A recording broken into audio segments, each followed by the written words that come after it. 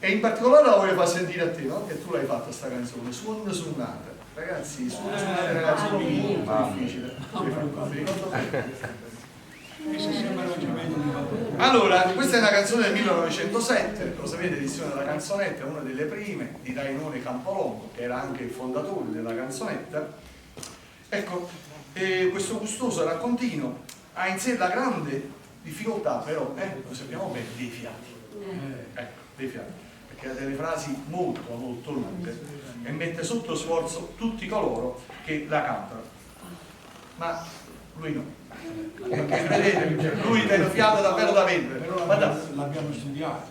Vabbè, è tutto su Se no non si può fare. Vabbè, ma anche studiare.